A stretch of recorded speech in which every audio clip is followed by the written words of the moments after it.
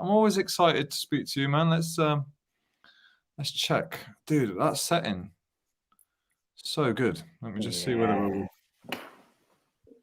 There we go. Right, dude. As far as I know, hey, there we are. We're live. We've got the live buttons. Dude, those glasses look neat. You look smarter than you even. My Clark Kent goggles. They look cool, man. Dude, guess where I went this morning? To the breakfast place. Yeah, man. Yeah, I had. I don't know why I didn't think about this for you with how you eat and how you want to eat. It's like on the bottom, they've just got a list of like sides like bacon, poached eggs, scrambled eggs. Should just throw you something together from. That's what I did today. Pile of hash browns, awesome. 2 poached eggs, 4 slices of bacon. Well, that's all you need, isn't it? Really loved it. Anyway, dude, I want to jump straight in, my man. Dude, chasing more and finding enough. I would love to know the inspiration behind you writing this. And then I thought, look, let's talk about your book today. I'm sure it will head off into various different topics. But yeah, I want to know more, man. So yeah, tell me about your inspiration behind chasing more and finding enough. Well, I was talking to spiritual people and they were saying they had a problem. And they said, I know I need to accept it. I know, I should just be okay with it. And I'm thinking, no, don't be okay. I mean, be okay with it. Don't get stressed over it, but go ahead and change it. Do something. Have some action. Have some forward motion to make something different. And then I was talking to the military guys and some of the athletes and entrepreneurs I talked to, and they were saying, well, I don't want to learn to meditate because I'll lose my edge. I'll lose my sense of ambition. And I'm like, no, that's not what meditation is about. It's not what mindfulness is about.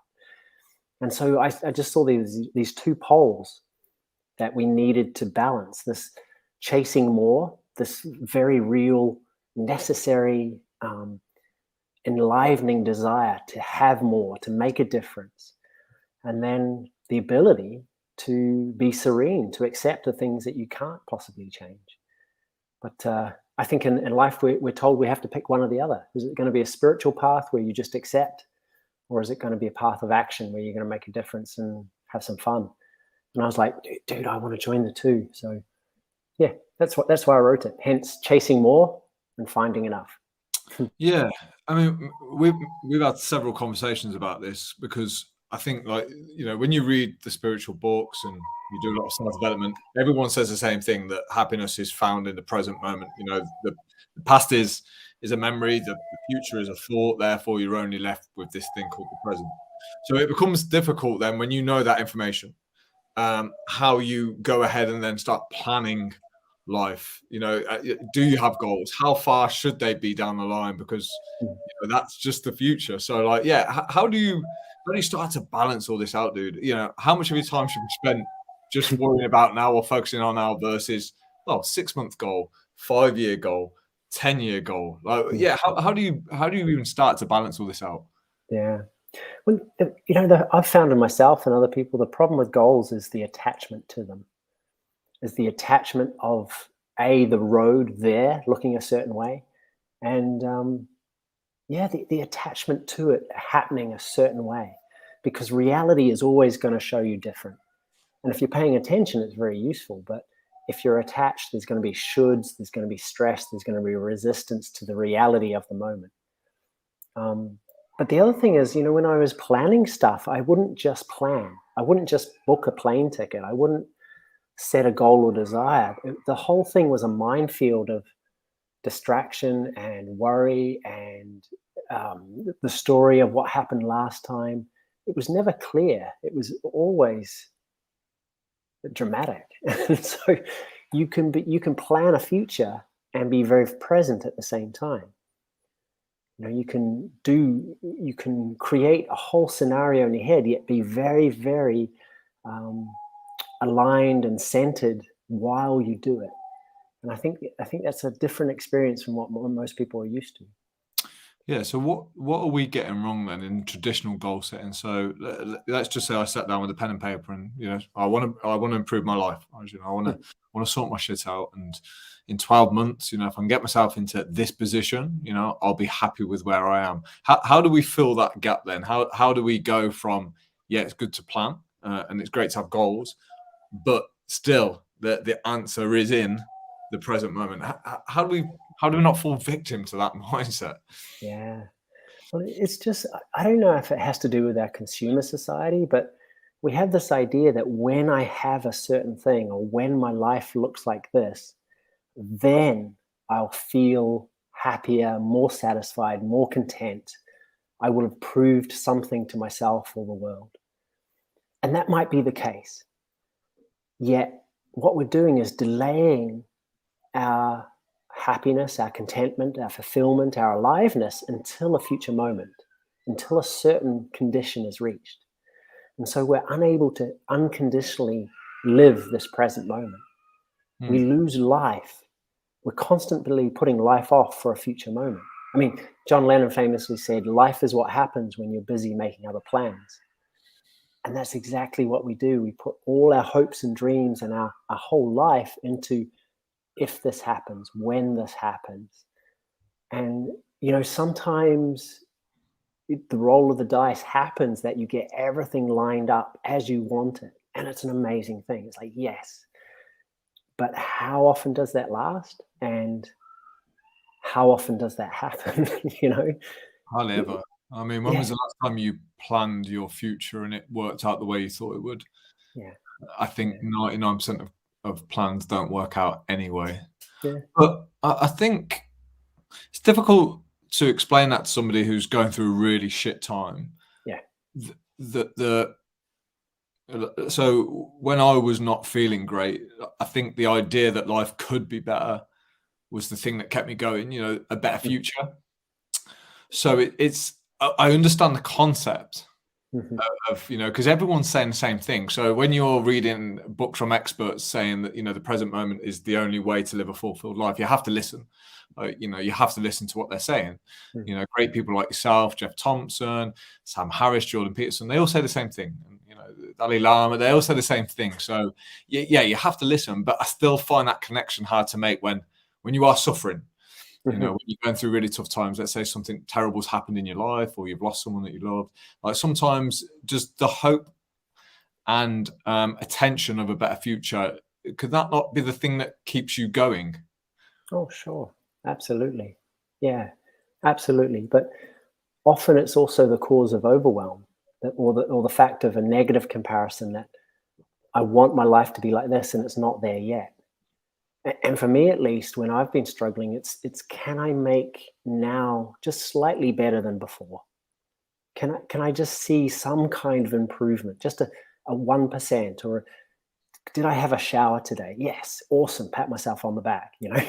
I'm not laughing, I'm not giggling, I'm not seeing the beauty, but hey, I had a shower, and that was so much better than yesterday. Do you know? So there's this. It's kind of holding two things at once. This desire for a grateful, alive life where you can really appreciate the beauty around you. And then there's, hey, can I make this moment, as I said, just slightly better than before? Can I do something slightly different to get me perhaps that next stepping stone to that top of the mountain? Does that simplify the search for obviously purpose in life? I think everyone goes through this. What am I here for? What's my purpose? Do you think all that's bullshit, and the fact that the purpose is exactly what we're saying? It's in the very moment. That's the purpose, and the purpose is to enjoy, explore, be curious. Or do you think that certain individuals are born with certain, like, this is what you should be doing and this should be your path? Like, how do you view this? Yeah, I both. Both. I think you've got to make the most of every moment as it's presented to you. You have to, because otherwise, like I said, you're missing out on life itself. And yet you can have a strong desire, a strong vision, a strong or want to create one, because as you say, that the hope, that the direction, the drive, the passion, that all shapes what you do, your choices as well. Do you know, you can, for the longest time, I was just sort of floating through life, letting life guide me. And it had a certain satisfaction because I could choose to be content no matter what the outside looked like. But I think life really comes alive when you can choose to be content now when you can choose to let now be enough, and you feel like you're working towards something, that you're really making a difference to something or someone. Yeah, I was talking about contentment on the last podcast, and I think it's a word that I think a lot of people use, but I think there's sometimes a fine line between acceptance, resignation, contentment. So I've spoken to some guys who say they're content, but it sounds more like they just feel defeated. Like they've tried certain things, and like they might have tried to get out of the job that they're in. It hasn't been successful, and therefore, I'm content with what I've got. And it behind that sounds like it's like, well, I know there's more to life than this. So it's like, yeah, again, that's a fine line. So like, how do we even start to separate contentment from ambition? And then whilst having all this ambition inside us, Arjuna, how do we still manage to focus on what we're being told, which is now? Yeah. Well, you can only do one thing at a time. And the Alcoholics Anonymous, I don't know if we've probably touched on this before, but I love their serenity prayer. And it means the same, because they say, give me the serenity to accept the things that I cannot change. And I'd add that I cannot change right now in this moment in time. So you're accepting of what is, and you're on the lookout for opportunity, right? And the second line is, give me the courage to change the things I can. Because we often sit on the fence, and as you say, we accept things that we probably could move forward on, except that it makes us nervous. It threatens our security. What if I do break up with this person? That's going to throw my whole life into turmoil. What if I do just throw my job in? That's going to, do you know what I mean? It's going to change things. And so we compromise sometimes. We don't have the courage to make that forward motion because, well, it unsettles us. We're doubtful that we're up to the task. And the last line is the beautiful line, is give me the wisdom to know the difference. And I think that wisdom can only be found in the present moment. When you truly sit with yourself, get past the doubts and the fears, the worries, the hopes, and really tune into, what do I need to do? What do I truly want to do? Having an honest conversation with yourself about, where am I compromising? Where am I stressing about stuff that I have no power over? How can I do things differently? And I think in those quiet moments, and hence why I love the practice of meditation or contemplation, is you get to see, and then the next step is, I know what I have to let go of. I know what I can move forward on. And that is still a difficult thing in itself. Simple to say, not easy to do, but at least at least you are aware of the hooks, the sticky points, the points of tension, the points of where the possible expansion. But in terms of that, the wisdom for me is always that life is happening for us, not to us. And so often that's a fundamental mind shift that has to come first, that, do you know what, I'm not a victim to this. I can put in some change. I can surrender to this and let go and not be stressed. It's but it's a powerful thing. This is what I love about you, man. You make everything sound so simple. So I mentioned all those things, and you're like, you can only focus on one thing at a time. Like, you're so right. But I was doing some writing this morning. I'm sure you've been doing a lot as well. I've just got back into it, actually. And I was talking about this epiphany. That epiphanies usually like jump out of the dark, don't they, and slap you in the face. Oh, it's an epiphany. Whereas I think we all know we're going to get to the end of our life, or something bad will happen. Like, we'll lose a parent or something, and we'll be reminded of what's really important. And we kind of know it's coming, but it doesn't always alter or change the way that we behave and the way that we do things. So it's like, we know this epiphany is there. Do you think the reason that we don't always live how we should, or how we know we can live better, because of certain distractions that are around now? So, because I couldn't think, I was like, well, if we know this is coming, if we know we're going to get to the end, we're conscious, we know. So we kind of know that we should make the most of life. We know that we should, be loving to our people closest to us and everyone that we come into contact with, but we're not always following that law. and we're not always focusing on things that are important. So the only thing that I could think of, well, is distraction. Like, things take us away from what's important. Like, would you say that's the case? Like, if we can manage our distractions, we can manage our life better. Oh, absolutely. But your very first point is that we know. I don't think we do know. I think a lot of us aren't mindful. We're mindless. We're sleepwalking through life. We're just assuming we've got more time. We're just assuming that tomorrow we'll get to the important stuff. I can't do it now, but I'll do it in the weekend. I can't do it today, but I'll do it. Do you know what I mean? We're constantly delaying. And I mean, I think it was Eisenhower, the US president, said we give far too much importance to the urgent things and not nearly enough importance to the important things, not nearly enough urgency to the important things. And that's the dilemma of modern man. And I think he said that back in the 50s. And I would say it's the same thing. We're swamped with urgent tasks, with scattered attention, with constant distractions, like you said. And we don't actually really appreciate how short life is and how we need to get on to the fact of living the important things. And I also think in terms of life happening for us, it'll wake us up. It'll use whatever it takes to make us remember, put things in perspective. So whether that's a death or of a loved one, serious health issue, financial collapse, depression, hopelessness, anything to wake us up, to shake us out of our I've always got more time. And so for me, I know that's true. And I've talked to a lot of people who've been in a deep, dark pit, and I've said, actually, I didn't like being there, but it was spending enough time there that gave me the motivation never to go back there again, to always remember what was truly important to me. But we don't. We always think we have more time.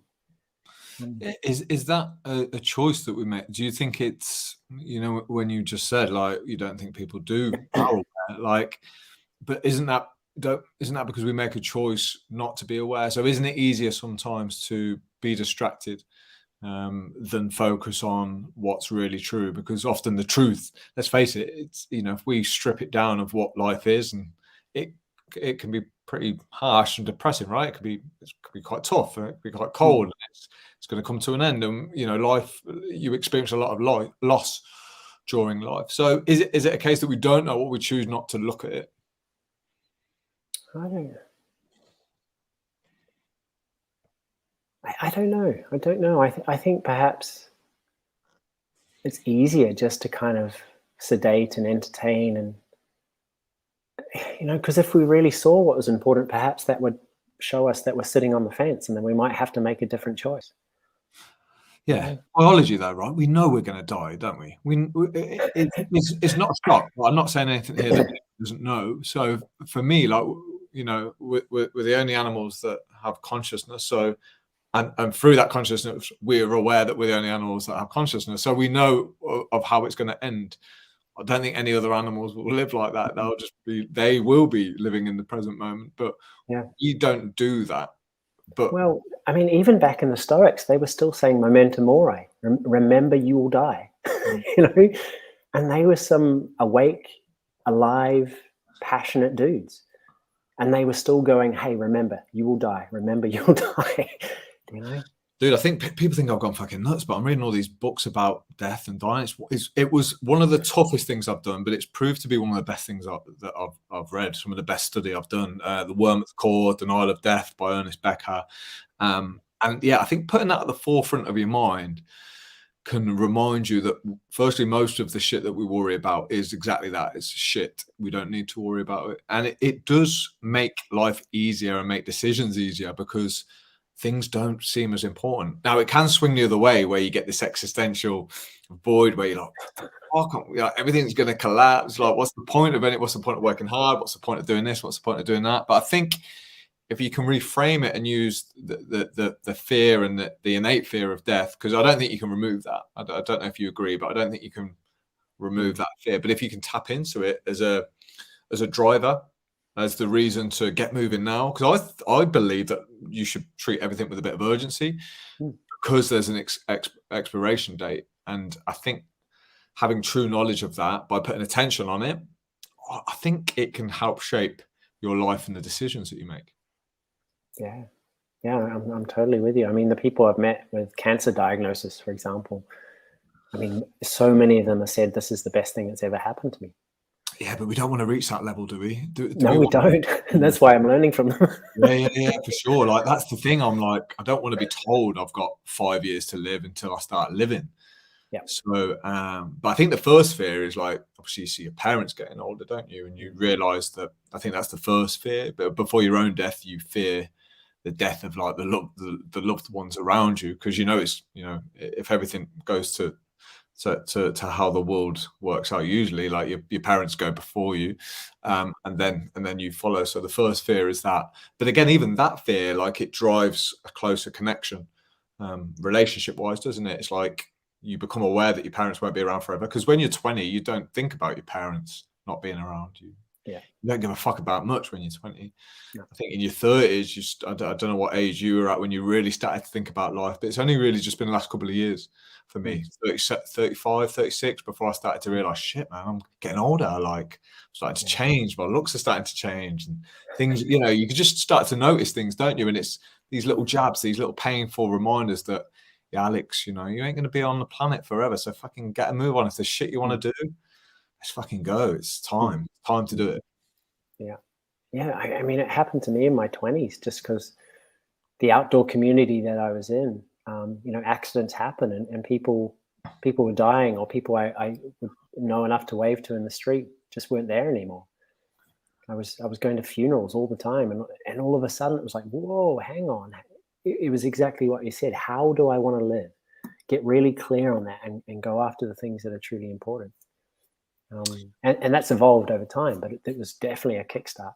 Sure, man. Sure. So you referred to contemplation time earlier, and this came up today, and I can't remember what I was reading or where I heard it, but I'd never really heard the idea of contemplation meditation. So as far as I was aware, it was you sit still and you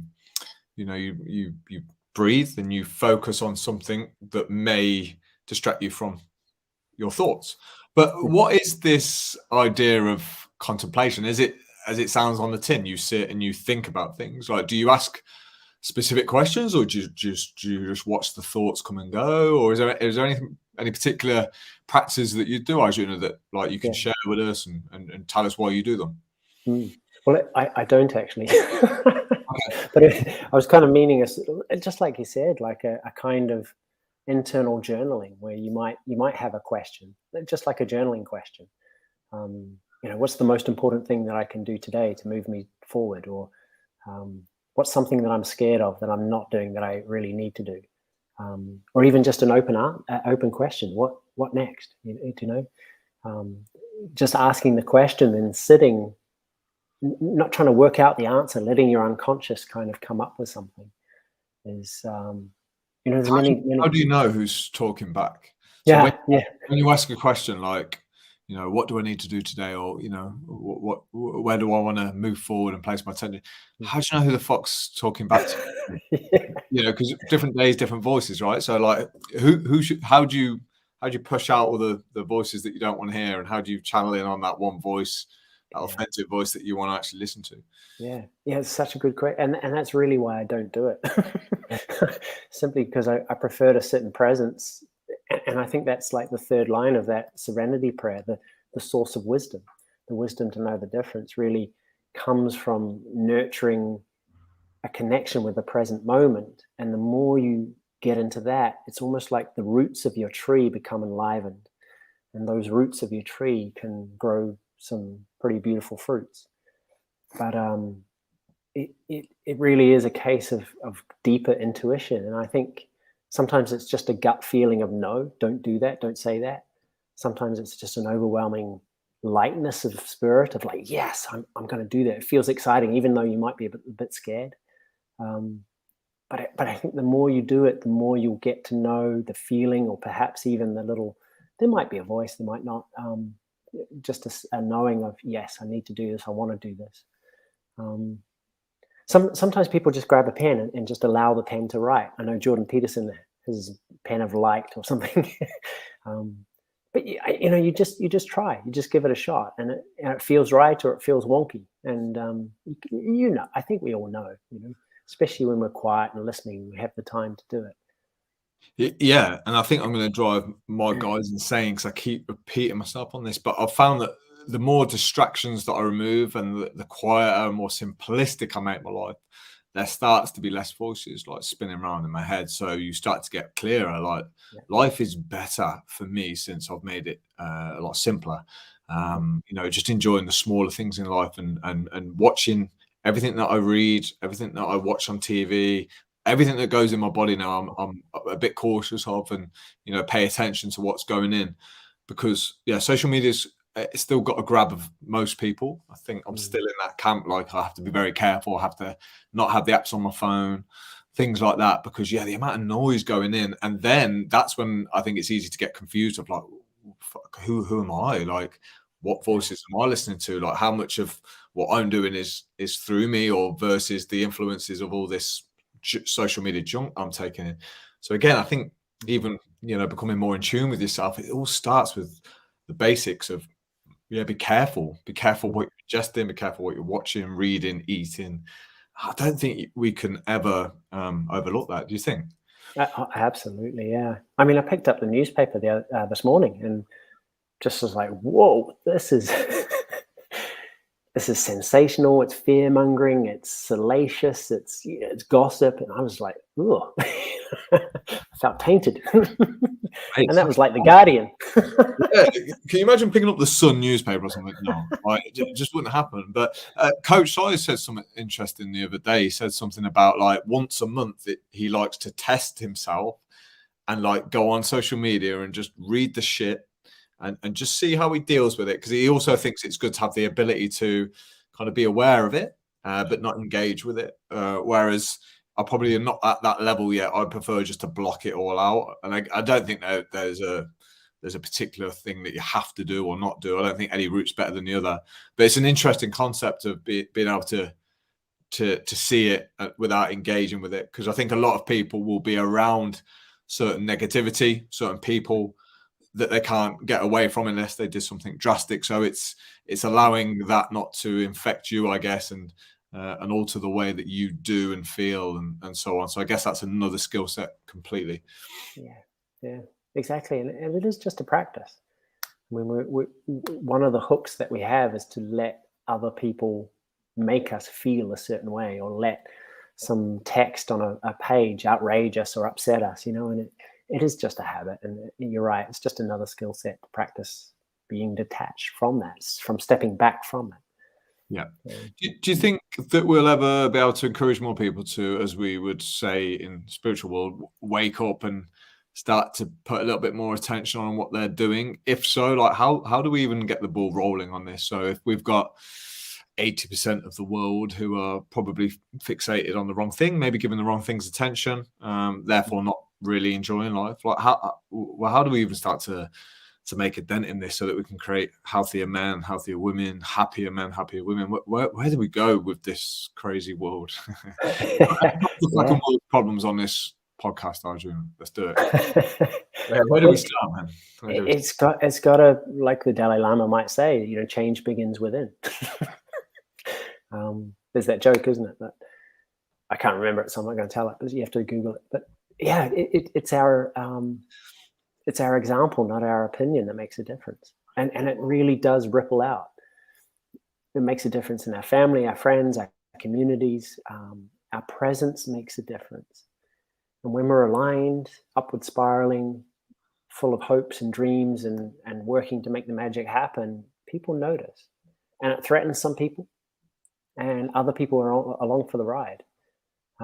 But there's that saying, isn't it? Be a lighthouse, not a tugboat. Oh, sure, man. Like, I agree, and I don't want to be cynical at all on this, because I think it's easy to be cynical. But and I agree with the Jordan Peterson. Like, people don't really understand when Jordan Peterson says, like, start with tidying your room and make your bed. I get that completely. I'm like, start there, work your way out. Get your house in order first before you step out and start trying to affect your community, affect your city, and then the world. But how do we get the individual to go within and start taking more responsibility for their own actions, how they feel. Like, how do we, if we are in agreement that that's the way, you know, change starts within, how do we get more people doing this shit, man? How do we do it? Well, through, you know, I've been doing this nearly 20 years, and I found you can't. Your presence is an invitation to be different. You know, just to make a different choice, not to blame, not to look outside, to go, hey, what can I do differently? How can I live differently? How can I take more responsibility? And I think beyond doing it yourself, there's, back to your passion or your purpose. It's those very few things that you feel really drawn to doing. So if, say, for example, you're a children's storybook author, you know, it's really focusing on that and making that happen. Maybe it's being the best family lawyer that you can be. Maybe it's being the best contractor, and not just making a statement through what you build or what you convert, but how you are with the customer. You know, it's really finding that niche of not, I should be doing this, or I need to help here, but where do I feel most alive? It's the present moment awareness in yourself, and then bringing that into action through those very few things that we love to do. And I think that again speaks, you know, when you really know someone's life becomes a masterpiece, as John Wooden, the basketball coach, said. You know, it's creating. I mean, he was a basketball coach, and so many people talk about him, not about really what he did, but how they made him feel. Do you know that whole line? People will forget what you said, what you did, but they'll never forget how you made them feel. And it's not so much what you do, but how you are. But what you do from that, if you can narrow it down and make it authentic and true, and in that Vedic word, aligned with your dharma, aligned with your calling, then I think that's how you wake people up. Yeah, I think it's in Japan, Arjuna. I'm not sure where they've got all the kids meditating before school. I think it's Japan. I might be wrong, so might have to do a bit of research on that. But yeah, before and after lessons, it's like we start the day with mindfulness, we finish with mindfulness, and they're seeing quite a good trend in terms of like mental health and living a longer life. I'm pretty sure it's Japan. So it kind of makes sense, you know, if we're saying it's a skill, you know, mindfulness, because I believe it's a skill, like it's something you can learn. You can definitely become better at it. It's like the sooner we can teach people it, the better, right? So it kind of makes sense to start. I've got no idea what's taught in English schools these days. Got no idea. I doubt very much meditation is in there. You tell me, I don't know.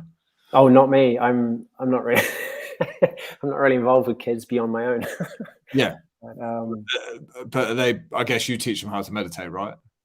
No, I just try and remind them to be present, and then honestly, they copy me rather than listen to me. Yeah. Well, that's how kids learn, right? They don't listen. Kids fucking don't listen to nobody.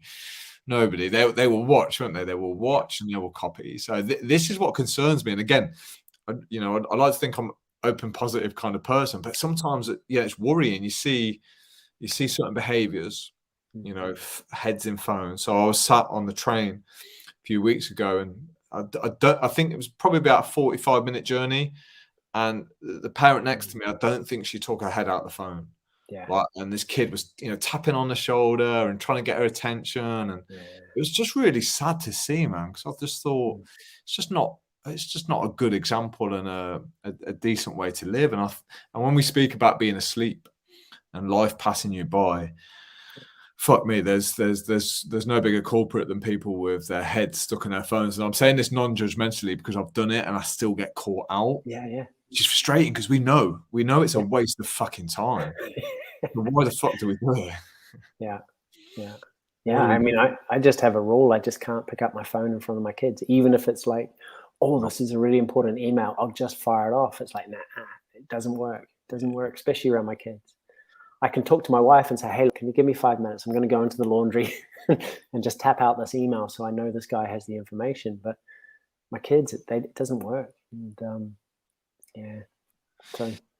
something we have inside the Better Man program is something called hard rules. So like, or just non-negotiables, we call them. So these are like some basic codes or principles. So you know, I have my similar ones where, like, look, Facebook doesn't belong on your phone because you prove time after time you can't control the amount of time you spend on it.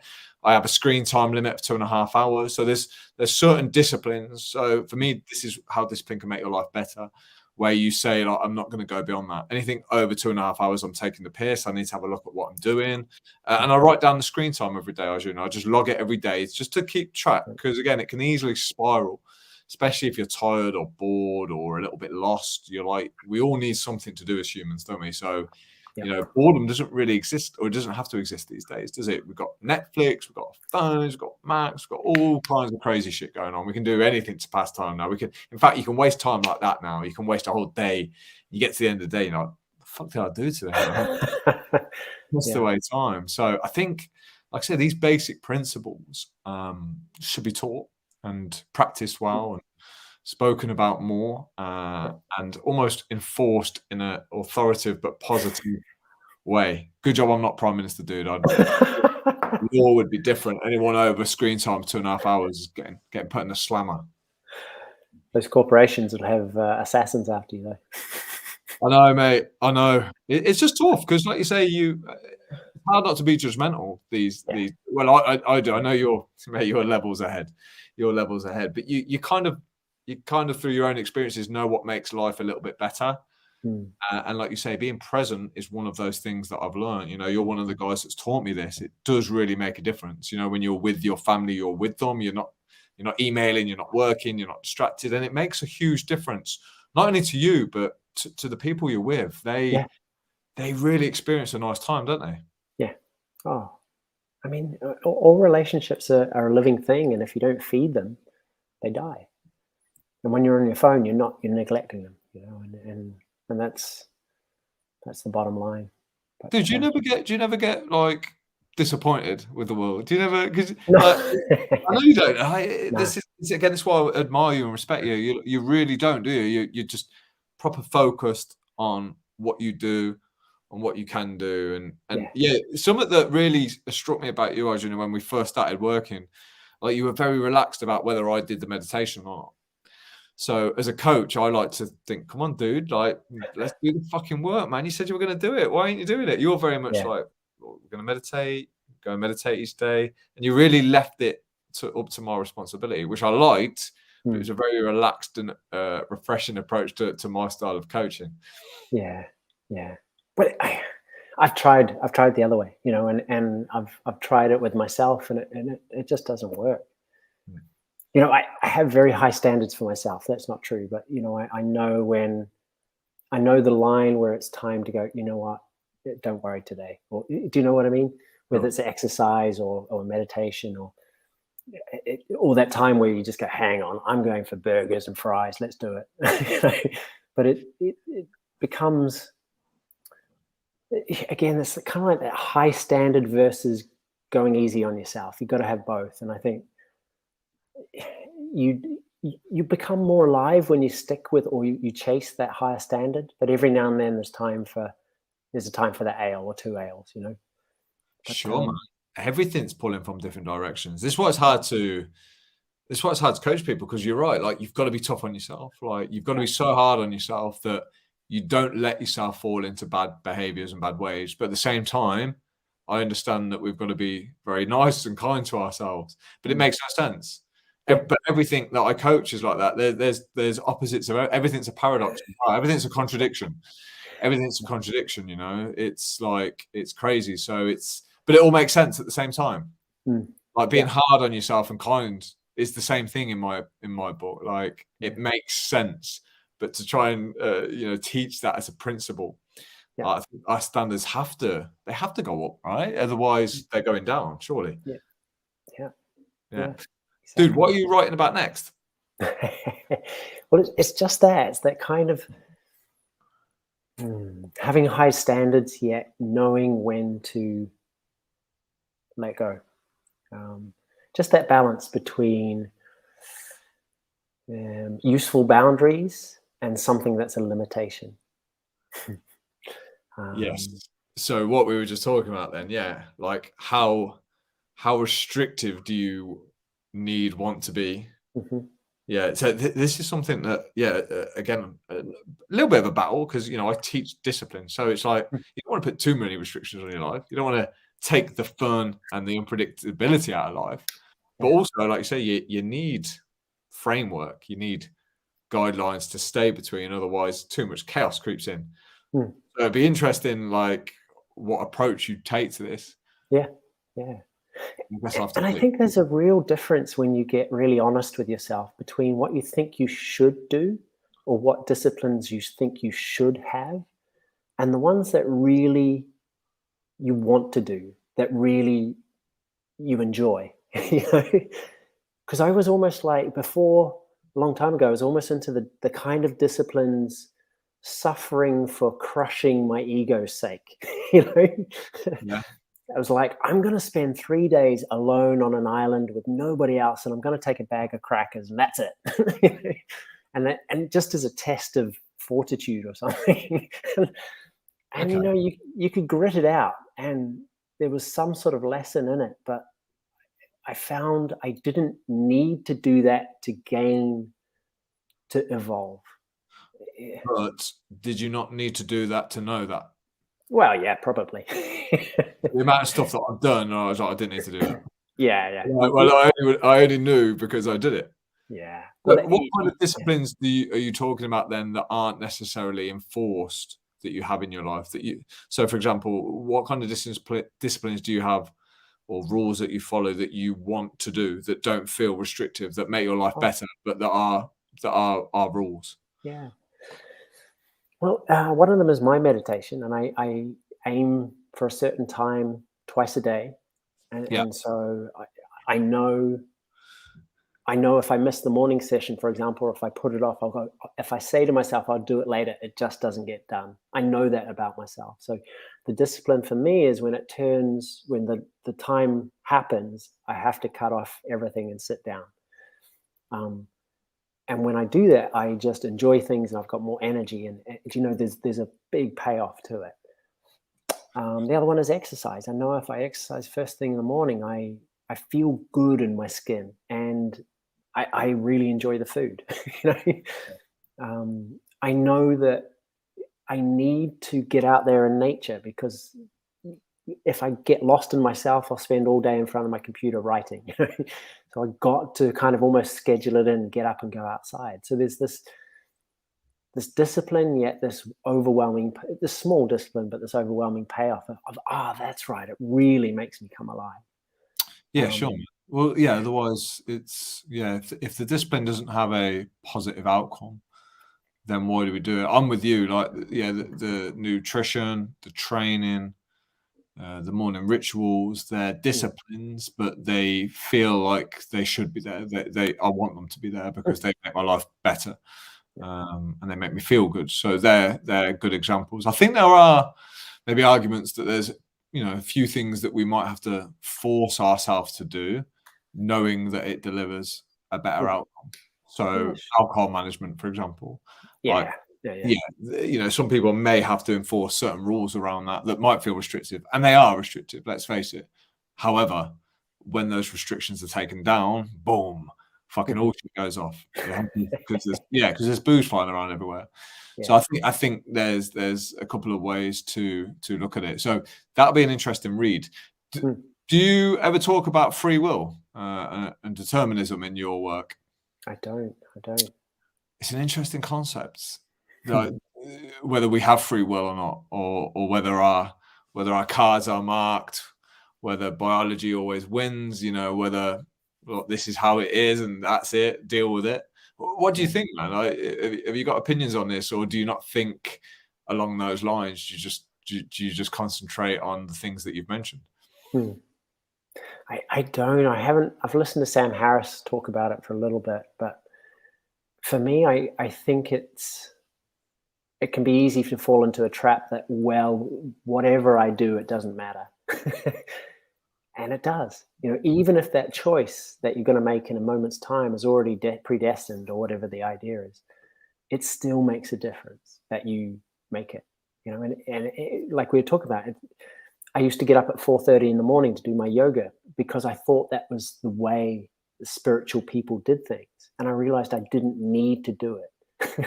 I didn't particularly enjoy it, and it didn't seem to give me any more benefit than, say, 10:30. And so, there's this my choice to appreciate or condemn. That's still a choice, and the more I focus on one of them, the stronger it's going to get. I prefer to kind of focus on that level of free will, that, I can focus on anything I want, and I'd rather make it about present moment awareness and about appreciation, about what I can do, focus on what I do have rather than what I don't. See if I can build something rather than destroy something. Yeah, sure. And you believe that will have a different impact, different outcome as to if you didn't do these things. So yeah, well, it certainly changes me in the present moment. sure. It shifts you straight away, especially the more you do it. Yeah, I've only just come to find out about Sam Harris. I really like him. Yeah, He's cool as fuck, isn't he? He's switched on. he's very switched on. I don't know how that guy went missing on my radar. I'm what I do, Arjuna, is I find somebody like Jordan Peterson, and then I'll consume all their content, so I miss out on other things. So there's a book you sent me, that you mentioned to me, Warren Farrell. Oh yeah, what's the book called that we read? The Boy Crisis. The Boy Crisis, man, it's awesome. Yeah. Again, great. Sam Harris, Dr. Joe D'Souza. Oh, Dispenza. Dispenza, that's the one. Yeah, he's pretty great as well. Sean Carroll talks about all sorts of again, Joe. If you listen to the Joe Rogan podcast, dude, like there's so many incredible. Sam Harris has been on that. Yeah, so many incredible guests. The last few have been a bit meaty as well. Joe Rogan. What I love about Joe Rogan is that he doesn't matter who's in front of him. He will challenge them. Yeah, he will challenge them, and he really went to work on this doctor about the COVID vaccination jab. Really didn't let him off one little bit. Yeah. The thing was going back to free will and things like that. It can get very intellectual.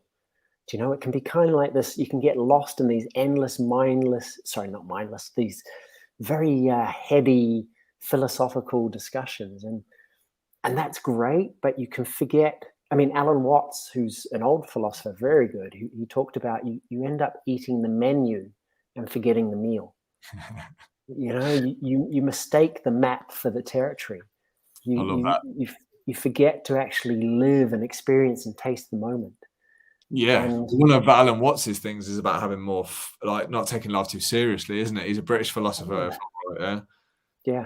But I think for some people it's just a hobby. Like it's a bit of a hobby of mine to discuss these things, like we are now. Like you could argue that we could just be off now doing cool shit rather than talking about cool shit. Do you know what I mean? So you could argue that, but I think it's a hobby for me. It's an interest. I really like listening to two intellectual people on Joe Rogan speak about things like parallel universes and free will and all this stuff that I've never been exposed to. So I think it's just more of an interest because how much of that conversation actually matters, I don't know, mate. I don't know, but I think it's just of interest. But I think you're right. I think you can get so wrapped up into looking for answers. So again, I had a horrible couple of years where I was trying to find a purpose in life. And you could argue that during those 2 years, I lost my purpose because I was searching for one. Like it could have been right in front of me. I was just looking too far afield. So there's the thing is, I don't think we'll know. I heard a theory today, Arjuna, that you could live for 1 million years. Every day read and you still know fuck all. Yeah. Well, the great Socrates said, he was declared by some oracle to be the most wise man in all of Greece. And he said, well, I'm going to mess up the story, but he said, I'm wise because I know that I know nothing. I know I'm a fool. I know I'm a beginner. And that's what made him the wisest dude, because everybody else thought that they had a grip on reality, and we don't. We don't have a clue. And that's why I love tuning in, making the most of this moment and meeting the need of the moment, because if you really listen, it will tell you how to live it. It'll tell you how to be wise with it. And as you say, everything else is inspirational and interesting and fascinating, but you don't want to lose your anchor, because you lose life itself. So Yeah, it's all a balance game, and I think yeah. that's that. How much time do we spend trying to improve ourselves versus just living, accepting?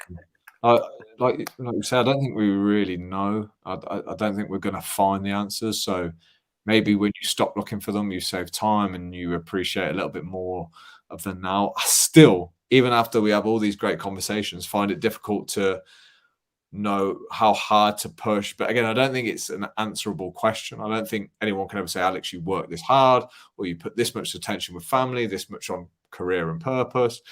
I mm, think you have to play, but that's the danger of life, isn't it? You get to the end and you go, oh, fuck. I spent way too much time answering emails, staring at a laptop, missed out on all the fun. Do you know mm. what I mean? It's one of those that you probably have the luxury of when you're 80 looking back and going, yeah, if I did it again, I'd probably spend more time doing this, or I probably, would have liked to have enjoyed the moment. Or so that's like I say, that's the epiphany that I think we know is coming. Well, I do anyway. I even have it now, as you know. I'm 37 and I know I could have done things differently, and I know that's a waste of time Yeah. thinking like that. But it's there, and I Mm. understand the concept of releasing the past and being present. But the past is a hard thing to remove. Even if you shrink it down, it still hangs around a little bit. Yeah, it can do. It's pretty sticky. Stubborn as fuck, dude. The past is stubborn as fuck. It kind of shapes you. Would you agree that the past, when people say the past Yeah. shape you, I'm like, well, surely the past has brought me to this specific moment in time. So surely it shaped me. Mm. Yeah, it does and it doesn't. I mean, you can reset and be fresh. You can really engage this moment now as it is, innocently. Okay, what's going to happen? You can hold preconceptions or prejudice or whatever, but life is better when you just enter it fresh, naked. Yeah. But absolutely, you like you just said, you learn through experience. Sure, You mate. learn. Sorry, Arjuna. Sorry. Would that be your so if you're working with a guy who's struggling, then is that how you would try and help them and just bring them more into the present moment through drills like meditation? Would that be as deep as you go, rather than exploring the past, digging into certain kind of things that have happened? And would you just try and eliminate that as such by doing the practices we've just spoke about? Oh, it kind of depends on the person. It's a really tricky thing, but for me, the core of any transformation comes from the present moment. The core of any wisdom comes from the present moment. And so, if in doubt, get present. You know? And that's where the healing can take place. That's where the body's natural wisdom or the letting go of past trauma or experience can happen. And in that, it may help to talk about it or discuss a certain issue or, to dig into it a little bit. But always, always in terms of taking out of someone's backpack and then putting it onto their shelf, so they're not carrying it, but they realize, what, that happened to me. I don't have to forget it. Um, yeah, it's a tricky one, but always present moment awareness, because that is the source of healing, I believe. Sure, And man. I like that analogy, by the way, of taking it out. yeah, But yeah, I mean, Carl Jung and various psychologists always say, yeah, it's dangerous not to look at the things that are there in the basement, as they say. Like shining a light on these things is good. mm, Being aware of their presence, but not engaging with them is a sensible strategy. So, mm, let's give out some practical kind of tips and advice then. So, uh, your average guy who would like to learn how to be more present and enjoy mm. life more and be more connected with his family and his kids, like what practical solutions and tips can we give some guys to follow from watching this and listening to this Yeah. podcast? Well, I think the first one really is to really. I think you've got to have some kind of practice, and maybe that's sort of an eyes closed meditation, sort of a formal kind of practice like that. Maybe it's a martial art or tai chi. Maybe it's doing yoga. Maybe it's swimming, cold water swimming. Maybe it's that, taking the time to do that. Um, Taking time really to connect with the body, with the senses, with the moment. I think as a practice, if you do that regularly, it comes and grabs you. It bleeds out to all of your day. I think but also just having the intention to be present, to realize that when you're off wondering about things you can't control, where you're off thinking about the past, where you're not really engaged with what's around you. I think that having that intention and the practice as well can really help so much in terms of enjoying and being more effective. But, I think it's something you got to practice because habit is strong. Yeah, and I think it starts here, right? Listening to you say these things about awareness. Like, I think if you're aware, oh shit, yeah, I'm distracted all the time. Yeah, shit, I spend 5 hours on my phone each day. I think that's the start. So just listening to somebody like yourself. So this is why I always love speaking to guys like yourself. It's like you remind me that being present is a really important part of life. So now that you've told me that, I start looking for times that I am and looking for times that I'm not.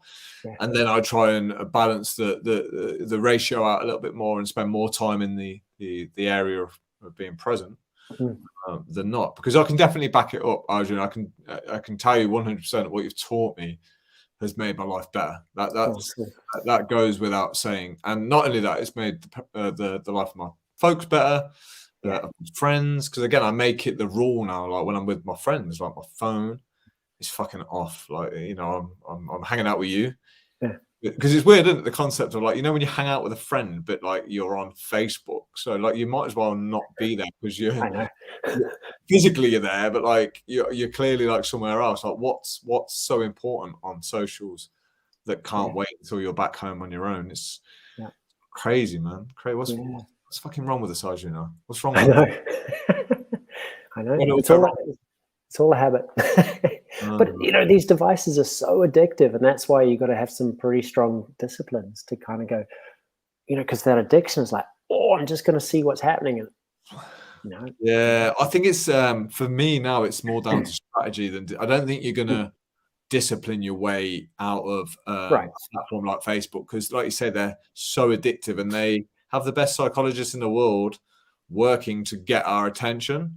So for little old me to try and outsmart Facebook and say, well, I'm going to have it on my phone, but I'm going to go on for 5 minutes and I'm coming off. And I'm not going to, that doesn't work for me. So it's a case of like, let's cut the head off the snake.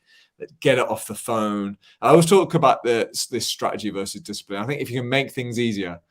So if I'm trying to restrict myself from drinking booze, Arjuna, but there's beer in the fridge, I'm like, it's flirting. I don't need to flirt. Just don't have beer in the fridge. Like, don't buy it.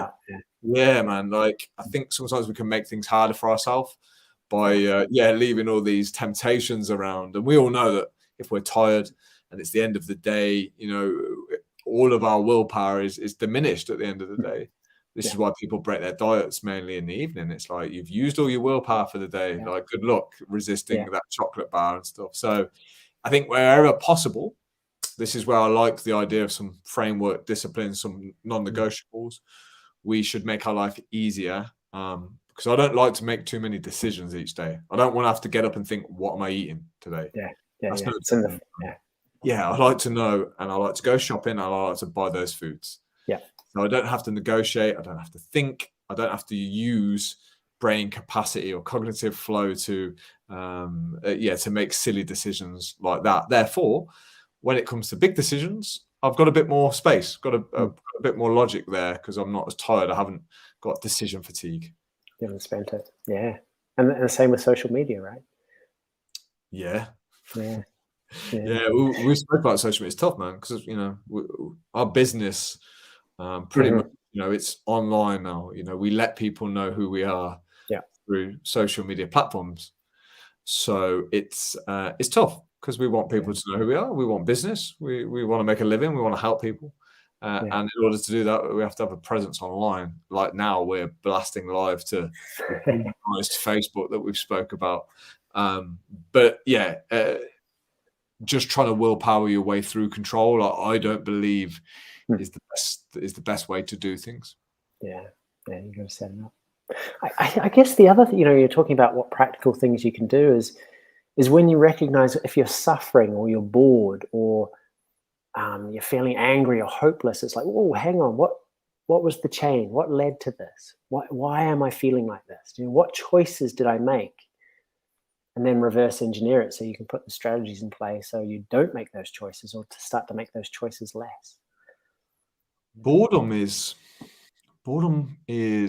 a difficult, would you call it a feeling or an emotion? I'm not sure, but it's, I think a lot of people, myself included, struggle to deal with boredom. So the idea of accepting boredom, like, because we could accept it, but it's a challenge. Like, there's this inner feeling we should always be doing something. We should never be bored. There should never be half an hour of the day where we're sat on the couch with no TV on, with no phone in our hand, with nothing to do. That's pretty rare now, pretty unheard of. I mean, if you probably quizzed the average guy now, how much time do you spend doing nothing each day? And I mean nothing. Like, I'm sure the answer would be pretty much zero.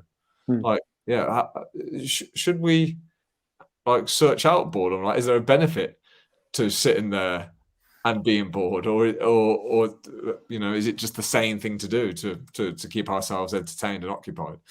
Yeah. Well, isn't it, just from what you said, I don't have 5 minutes where I'm not doing anything. If I am, I'm sitting and meditating. I'm doing something, you could call it. But Cal Newport talks about that. He talks about how, especially without these devices, they've made boredom a horrendous thing, and perhaps it's something we should lean into. Sure. That we could. But I haven't been bored for the last 20 years. I can say that honestly. Yeah, and apparently it's becoming harder for us to learn these days, just because obviously the amount of information that's being put out through these channels, the internet first, and then along came social media, YouTube. There's so much information. It's it's hard now to concentrate on one thing at a time. This is why I think mindfulness is becoming more. It's more needed than ever, but I think it's also more challenging than ever, purely because of the amount of distractions that are out there and the amount of things that we could do. Because I think in a lot of people's inventory, like, mindfulness and meditation falls down the list. In the whole list of things to do, meditation doesn't always kind of stack up on the priority, because there's so much shit out there, dude, that we can focus our attention on. So it kind of makes me quiz like, well, why would somebody, especially like the average guy who just wants to live a little bit of a better life, why would he pick meditation when there's 1,000 other things, entertainment he could do, pornography sites, dude, the score. Like, a guy can entertain himself, no problem. Why is he going to decide to meditate? Or do we have to face reality that, like, you'll only change when things are a certain level of pain? Like, is that how it really is? I know my change only came from a real bout of pain. Yeah. Well, yeah, I think so. I like that theory. I like that idea. But in terms of why someone should, whether they're in pain or they just want their life to be a little bit better, I know when you meditate, it gives you more time, which is weird, because you take out 10 minutes and it seems to give yourself more time and space to get the stuff done. Or maybe it's the sense of reordering your priorities that it gives you. You go, why am I doing that? That's a complete waste of time. I'm going to focus on this and get this thing done, which is actually going to move me forward. The Taoists talk about this thing called Wu Wei, which is commonly translated as not doing, but it's not doing. It's better translated as not forcing. And Alan Watts again talks about, it's the difference between rowing and sailing.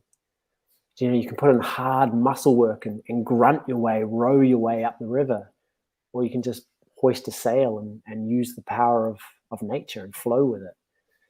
And every log of wood has a grain, and we all know that feeling when you're splitting firewood, where you hit the grain perfectly, and the smallest amount of force, and it just pops open, right? And I think meditation really shows you the grain of life, the grain of the moment, where it's flowing, and to align with that, you see what you can't change right now. You can see what you can get on with, and I think that alone is not about just living a calmer life, but having a much more effective life, being able to get your goals with much more ease and effectiveness and simplicity. Yeah, and from a coaching perspective, if I'm trying to encourage a guy to increase discipline, grit.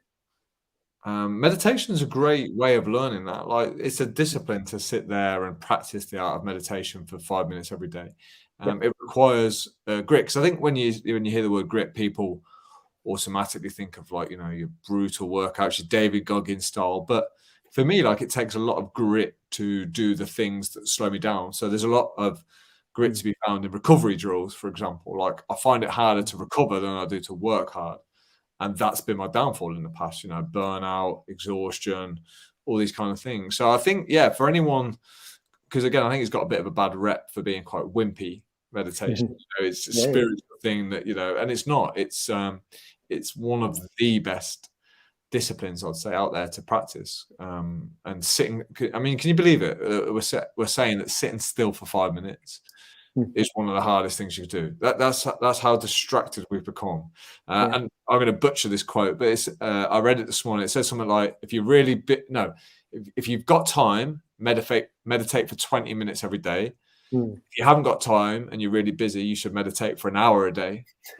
Suggesting that, if you're that busy that you haven't got time to meditate, you 100% need to meditate. So I thought that was pretty cool. What are you reading right now, dude? Where are you putting your attention? What are you studying and reading right now? Well, I'm still reading that book, The Boy Crisis. I'm about halfway through. I'm halfway through. Yeah, really enjoying it. Just so many light bulbs of how to raise my kids, let alone how I was raised and how I see people in general treating boys and men. It's an incredible book. Yes, I always feel like these books could be shorter, man. Your book. Like, how many pages have you got in your book here? 100 and something. Yeah, 115. No, 118. Yeah. Yeah, it's a nice size, right? Like, I could read that in what, 9 minutes and a couple of hours? Yeah. Yeah, I think sometimes books just go on for too long. They repeat themselves. It's almost like this book has to be 220 pages, fill it. Like, and yeah, I just find I felt like the Boy Crisis was great, but now I'm starting to think I've heard what it's about now. I've got it. Yeah, because it's 400 odd pages, dude. It's a good old doorstopper. Yeah, it's a great book though. It's really, really good.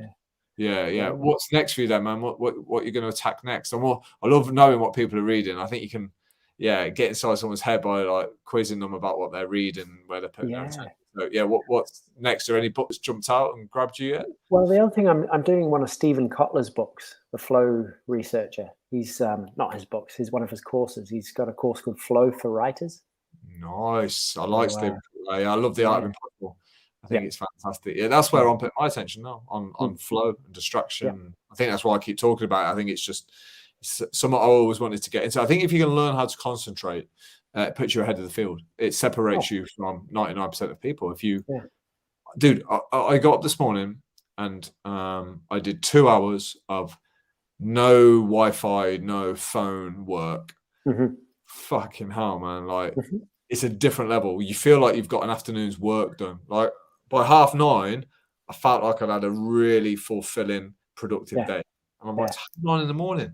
I've done loads. Yeah, it's a great feeling, right? So I'm guessing that's kind of the principles of the course you're doing, learning how to get into that, in the zone, as they call it. Yeah. Well, I'm just getting into it, but he's out and out said that flow follows focus. Yep. The more mindful, the more focused your mind is through, say, meditation practice, the more you're going to enter these states of where you get a lot done for a lot of ease, a lot of creativity, a lot of, simple. Yeah, man, it's a little bit like a sniper thing, I call it, like sniper training. Like, you really zone in on what you're focusing on, and like you try then and forget everything else for that time. And you said it at the start of this podcast, like, you can only focus on one thing at a time. So although like you wake up and there's shit to do, like, if you can get into that attitude and that skill set of, right, I've got a lot to do, but for this half an hour, like, this is all I've got to do. And that's hard. It sounds really easy in theory. But when you practice it, like, it really kind of takes your productivity level up another notch. So I'm loving it. I'm well into the flow. I'm sold on that concept. I love the idea too of really narrowing down what you say yes to. Instead of opening up and saying yes to everything, just going, oh, hang on. Life is short. So what do I want to say? What are the very few urgently important things I'm going to say yes to today or in my life, and that's, in terms of productivity, that's really made a big difference. Yeah, well, I believe in getting rid of things before you take new things on. So I'm forever having a clear out in the house. I'm forever checking that the tasks that I'm doing I need to do before I take on any more work. Because you're right. I think we've spoke about this before, like writing, for example. Like when you fall in love with the art of writing, you want to spend more of your day doing it. Mm. Now you can only make that happen, or whatever you love doing each day. You can only make that happen if you make time and space for it. Yep. To make time and space for things, we've got to say no to things, and we've got to remove things. So I think this again leads back to the simplistic life. It's like sometimes just doing 2 or 3 really cool things each day is better than getting 10 things done. But I think you learn that, don't you? It's a process. It's the Jeff Thompson concept of like you work out what you don't want in life, who you don't want to be, and you chisel away and you remove and you remove and you remove, and you come down to this essence of like, oh, I really love to do this.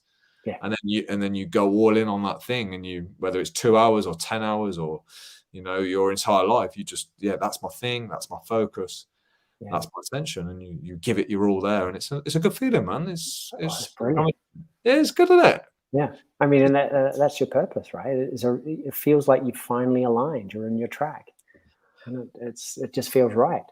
Well, maybe it's that easy, dude. Maybe it's that easy. I think we can be guilty of looking for a purpose when it's fucking staring us in the face. It's like, but when you say purpose, it sounds like this big, grandiose thing, doesn't it? It's like, I'm going to save the world kind of thing. And now I think purpose can be what we would call small, but if it's satisfying and it's important to you and it makes you a good person, then maybe the purpose, maybe it's on a smaller scale than what most of us think. Maybe it's in front of us all this time. Maybe we're looking for something that's right in front of our nose.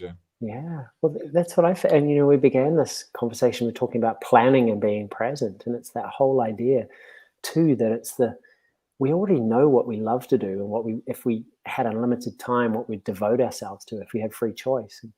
And yet it's those ideas, oh, it's not good enough. My mum and dad said I should have done that. What will people think? I'm not good enough to devote myself to it.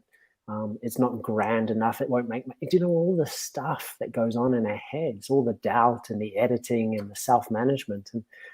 And so we make plans, or we have ideas, or we have desires, but there's so much crap that's in the middle. And when you're mindful, you really get to see it and go, man, this is not useful. I know this is going to make me uncomfortable to go beyond these doubts and what ifs and shoulds, but man, life is short. So let's take that leap.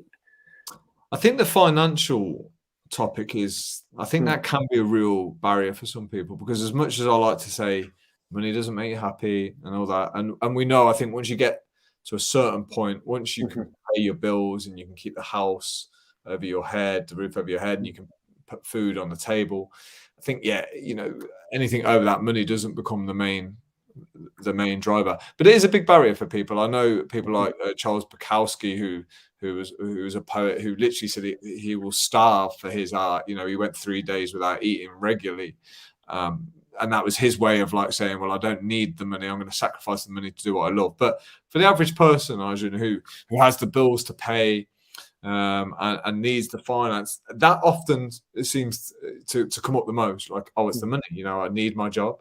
And I get that. And I think that's a hard one to battle. If you've got this burning ambition to be a writer, sure. I mean, the answer might be, look, you do it in your spare time. Yeah. But still, but if that 9 to 5 is soul crushing, so I experienced this when I was working at AXA Insurance. Like, dude, there was no way I could have done any writing after a shift at AXA Insurance, because my soul was fucking obliterated.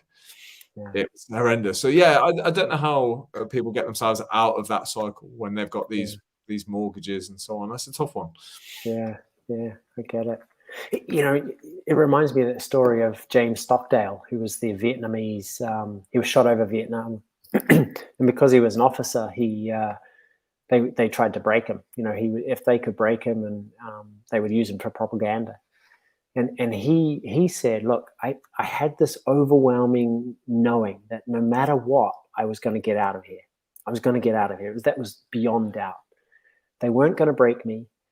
And yet I was going to use the whole time that I was here, stuck in this hell, it was going to make me a better man. You know, he had just this determination that it was happening for him. And he never lost sight of that. He said, I'm going to get out of here. It's going to make me a better man.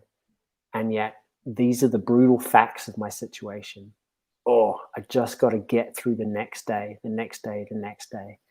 And he kind of had that balance we started talking about of this absolute goal, the certainty that one day he'd be able to live his passion, be free. And yet this is the circumstances right now that he has to deal with. Do you know? And yeah, hope, but he was like future-based thinking saved that guy's life. Like, well, it was a bit of both. It was a bit of, because he said, the interviewer said to him, well, who didn't survive? How come you made 7 years and people withered away well before you? And he said, well, they were the optimists. And he was like, well, what do you mean? And they were the ones that were put all their attention in the future moment. We'll be out by Christmas. And Christmas came, their hearts were crushed. And do you know, that makes sense. We'll be out by Easter. Easter came and went, and they weren't, you know, they didn't accept. They had a goal, but they didn't bring it back to where they were, what they had to work with right now. No, that makes total sense. That would be my straightaway pattern of thought. It's like, I'm going to be saved in 6 months, and then 6 months comes, you're like, no. So I understand that. It's that. You're right. It's that balance, and that's a great example of it. I think Viktor Frankl was some similar journey, right? He was in the concentration camps, and had that same approach of like right now, and he had this hope for a better future. So it was kind of like a nice balance. You're doing a training for my guys tonight as well. Well, you're doing a meditation for the guys tonight. Yeah, I'm excited, man. I think we all need it because, like I say, it's just a lot of the guys in the group, myself included, we're all driven. We're all driven as fuck, and we thrive off a little bit of chaos, you know. And you bring a little bit of calm to that. And everyone who's seen that you're doing the training has been like, oh, this is perfect time. Cool. I think we all need a bit of Arjuna in our life, dude. I said when I was climbing Scarfell, I said, I love Arjuna. I said, but I don't know if I'd want to be that chilled, right? I said, I love a bit of Arjuna on this shoulder and a bit of David Goggins on this shoulder. It's the perfect balance, dude. So thank you for all you do for us and my guys inside the group. Thank you for doing these podcasts. Well, my absolute pleasure. No, we had a lot of people listen to the last one. I'm sure we'll do the same.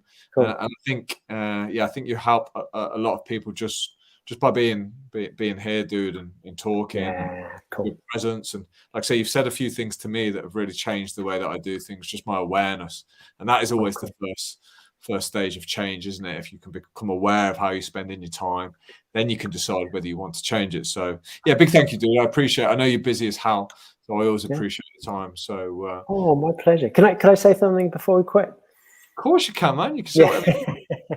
Well, it's just that whole sense of, for me, I was always trying to be somebody else. Do you know, I would meet someone I admire and go, oh, do you know what I mean? And I would almost try and emulate them to the degree that I became them. And I think that's one of the valuable things that meditation gave me, was the ability to be me as I am without thinking about it, editing it, handbraking. Do you know? I know exactly what you mean. I'm experiencing it now. I'm going through that now. Yeah. And so that's what I love about meditation, is it brings out the true you rather than, you know, you're saying I want a bit of David Goggins and I want a bit of Arjuna, you know, but you step into your own skin and you're like, here I am, moment by moment, without restriction. And that's what I really love. Sure, man. Sure. But I think it's really comforting to know within you've got the ability to tap into these different scenarios. So, you know, you can grit it out, you know, you can bring calm to your life, you know, you can be present. You know what I mean? It's nice. And when I say that, I don't, you know, I'm not there wishing every night that I was Arjuna or anything, but you know what I mean? Like I take some of what I admire in you. And I think if I admire something in somebody, it's a reflection, like it's there in me somewhere. Just like all the things that I hate, you know, make me angry, they're in me as well. So, no, you're just a cool person to be around. Oh, thank you. Anyone who can teach me things, I just really like hanging around with. I think, again, when we're talking about, you know, distractions and influence and palette and what we absorb, dude, environment's probably the biggest thing that we should all try and change. Like, hang around with cool people. How fucking simple is that? Yeah. get involved in good conversations with people. Like Mm. to me, this is a meaningful conversation. So again, it adds to my purpose. I enjoy Mm. it. Mm. Now, if I'm not doing this or having meaningful conversations, then I'm having shit conversations. I don't want to have shit conversations. You know what I mean? Yeah. So it's important who you speak to. It's really important. Oh, And yeah. yeah, I only think when you get involved in that, do you realize how important it is to surround yourself with Yeah. other decent human beings. Yeah. And, just I know so many people have social anxiety and they're constantly looking at themselves going, well, I'm not good enough compared to all these amazing people. But, I think you just got to just be there and see if you can ask a few interesting questions and you find your way because it just, you just find your way into those circles. And I think that's important, like you said, to surround yourself with interesting, inspiring people, to be the stupidest person in the room. and Yeah, man. And then, as you've rightly said, trying to ensure that you live your how you really are and who you really are. Because I think it may have even been Sam Harris that I was listening to lately, who had this theory that that's what depression is. When you're given a name, you're brought up a certain way, you're installed with certain values. We're taught how to live, and if that isn't what we really want to do, yet we mm, think we should, and we try and live that in forced manner, we start to have this huge inner battle. It's like, that's yeah, not me. It's this physical body that was given to me, and this name that I have, and this job role that I have, but really that's not me. And I think if we fail to recognize that, it can cause huge inner conflict. oh Um, yeah, yeah, so I think a lot of depression, a lot of suicide, even it's real escapism, isn't it, of what is. So yeah, I think you're bang on, hit the nail on the head there, dude. Where it's all about finding out who we are. And for me, the best way to do that is remove all the shit that's not important, narrow it down, and you'll start to work it out. yeah, Arjuna, I think on that note, mate, how long have we been gassing? 1 hour 21. And dude, yeah. you're back with me in 40 minutes. Like, you're gonna get sick of this ugly mug, man. Right, dude, mate, thanks so much. I'm gonna grab a protein shake, a cup of tea, and I'll be seeing you at 8 p.m. Right, bro? Thank you so much, man. Yeah, mate, thank you, man. I really love chatting to you. And when are we gonna grab breakfast next? Wow, might be next week. Let's see. Mate, I'll buy you breakfast. Woohoo! I'll buy you breakfast. Dude, it's a shame you don't like like your carbohydrates that much. Give you a pile of hash browns for $3.95 and demolish the whole lot today with 4 slices of bacon and 2 eggs. It was beautiful, mate. Beautiful. Right, Arjuna, you're the man. You Thanks, too. bro. Take care.